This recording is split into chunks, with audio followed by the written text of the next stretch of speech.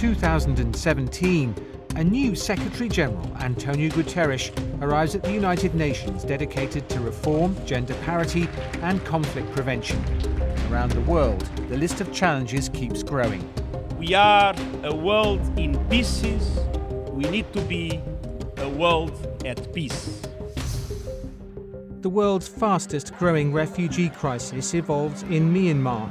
Driven by violence and human rights abuse, more than 600,000 stateless Rohingya fled to Bangladesh, where the fragile infrastructure is overwhelmed. The UN scaled up emergency aid and called on Myanmar to end military operations against the Rohingya.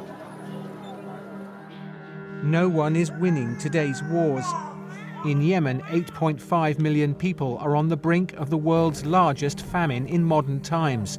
Water and sanitation systems are all but destroyed, sparking a deadly cholera outbreak. The UN sent in emergency supplies and urged all parties not to block civilians from humanitarian aid. 4 famines in Yemen, South Sudan, Somalia and Nigeria are the result of unresolved conflicts exacerbated by droughts and missed harvests. In the deadliest attack on a UN peacekeeping mission in decades, 14 Tanzanian peacekeepers lost their lives in the Democratic Republic of the Congo. It is another indication of the enormous sacrifices made by troop-contributing countries in the service of global peace.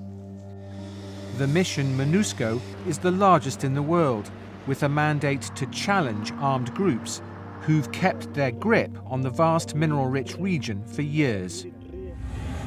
Another protracted war, Syria. 6 years of conflict have left 250,000 people dead and 5 million displaced.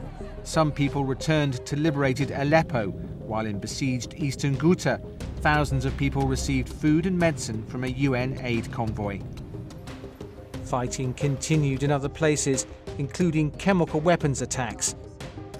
Temporary ceasefires were brokered, and the UN Special Envoy for Syria is working tirelessly to bring the parties to the negotiating table and for an end to the war.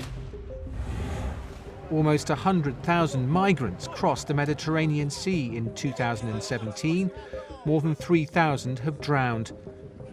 Most are fleeing poverty and conflict in sub-Saharan Africa. More than 1 million people are waiting for a passage in Libya, caught in an endless cycle of abuse, exploitation, and even slavery. The new UN Secretary-General's reform proposals put people ahead of bureaucracy, and mediation and prevention at the centre of the UN's peace and security agenda. The UN's newly established Office of Counter-Terrorism coordinates a global effort to prevent violent extremism and other root causes of terror. And the UN also launched strategies to end sexual exploitation and committed to achieve gender parity. Around the world, 130 million girls are still not going to school. Unacceptable for UN Messenger of Peace, Malala Yousafzai. If we want to go forward, we have to give education to girls. And once you educate girls, you change the whole community, you change the whole society. By 2020, the UN aims to double the number of women peacekeepers, to protect civilians and support local women to participate in peace building. Success in Colombia, where the UN mission verified the disarmament process of the last former FARC fighters, pointing the way to lasting peace in the country. Closure in The Hague. After more than 24 years, the UN's Tribunal for the former Yugoslavia completed its work. The tribunal was the first war crimes court established by the UN and has brought more than 160 perpetrators to justice. In the last major case, the former Bosnian Serb commander, Ratko Mladic, was sentenced to life in prison for multiple counts of genocide and crimes against humanity. New nuclear and missile tests in the DPRK, otherwise known as North Korea, led to increasing tensions around the Korean peninsula and worries around the world. We must not sleepwalk our way into war. And more broadly, all countries must show greater commitment to the universal goal of a world without nuclear weapons. The UN Security Council tightened existing sanctions on North Korea. In December, the government in Pyongyang invited a UN envoy to start discussing issues of mutual concern.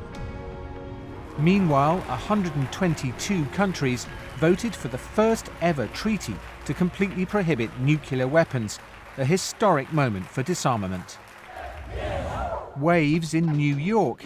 At the Ocean Conference, member states committed to voluntary measures to protect the world's seas. Shortly after, a series of mega hurricanes cut a trail of destruction through the Caribbean. On some islands like Dominica, hardly a tree or a house was left standing. Scientists saw strong evidence that climate change magnified the strength of the storms and other natural disasters. The UN called on countries to speed up the implementation of the Paris Climate Agreement. Speeches and tasks will not solve the problem, but walk the talk is more effective.